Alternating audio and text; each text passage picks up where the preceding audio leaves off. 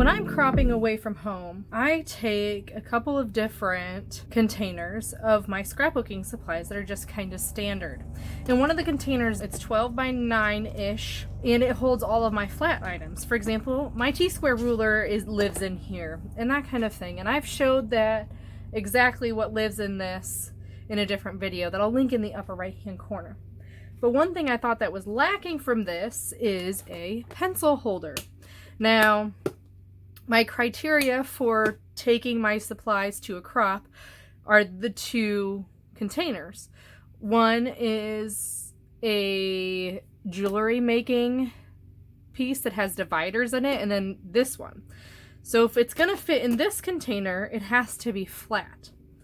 Well, we're going to make a pencil holder that can also lie flat. This is a really neat concept because you can see it totally lies flat. It will fit in here, and all I need to do is use tape to make it shut and fit together nicely to hold all of my pencils and utensils that are in my other container. So another great way to use our scrapbooking supplies is to make a pencil holder that can lie flat. So what you're going to need is a single piece of 12 by 12 cardstock that is omnidirectional, meaning it does not matter which direction your paper goes, it's still going to look great. And this is Four Seasons Winter 4 by P13.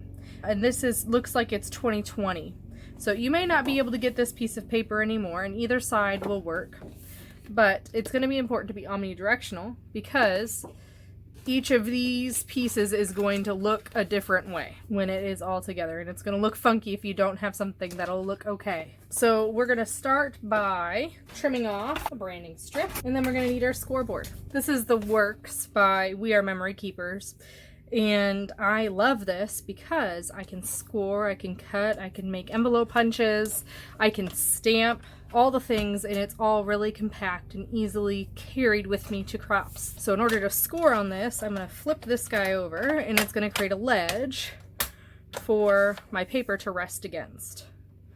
And you can see my trimmer blade is all the way up here so that I don't accidentally cut myself. And we're going to score at 4, and then at 6, and then you would do 4 again, but because my scoreboard only goes to 6 inches, I'm going to rotate this around, and I'm going to do 2 inches. So from this point, I need 4 inches. So 1, 2, 3, 4 would be 2 inches. So essentially, this is going to be 4 inches tall, 2 inches wide by the end of it. Okay, I'm going to rotate 90 degrees, and I'm going to do the same thing. We're going to go 4 inches, add 2 inches, and then add 4 inches, which is actually going to be 2 inches for me. So 4, 2, 4.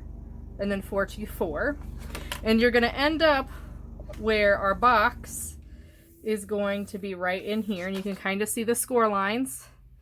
This is going to be the bottom of the box, and these are going to be our flaps. So I'm going to cut this down to 10 by 10 since my center is here. My other score mark is right here. Here's my center. Now I'm going to cut along this 2-inch strip until I hit the corner here, and then I'm going to do the same thing over here. So I'm basically designating my up and down side is going to be the little flap. So think about it like this. That's what this is going to look like. Now I'm going to go here, and I'm going to cut 2 inches off my bigger flaps. So not cutting this middle piece, just cutting the bigger flaps here. I'm going to do the same thing over here. I'm going to rotate it, and I'm going to cut 2 inches off the bigger flaps. So I now have a piece that looks like this. I'm going to go in with my scissors, and I'm going to take my big scissors, and I'm going to kind of take these at an angle to the corner so that they can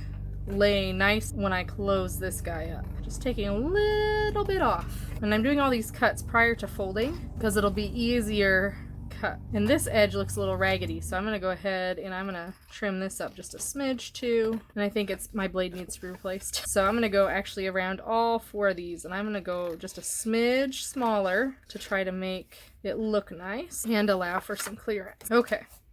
So now we're going to go ahead and crease everything with our bone folder. That one creased super easy because there's not much in the way anymore. So I'm going to fold all of these flaps in so that when we're all done, they're going to lay nice and flat. Okay, so now what we should be able to do is put them all together and tape, and we have a sturdy little box that can lay flat when you remove that tape. And I just use the Scotch tape that I keep in my kit in the flat box because I know it won't ruin the image. I can cut it with my X-Acto knife that I also keep, and just like that, we've got our little tool caddy. Isn't that cute? Now, if you really wanted to be perfect, you could totally tape down the edge. I've done that before too, but 2 pieces of tape right on top is sufficient to keep your box standing. I can even put some really heavy scissors in there, and it works super well. And it looks adorable. Look at how cute this paper turned out. And because it's omnidirectional, it looks good from every angle. I hope you have a wonderful day. Don't forget to like, comment, and subscribe, and I'll see you next time.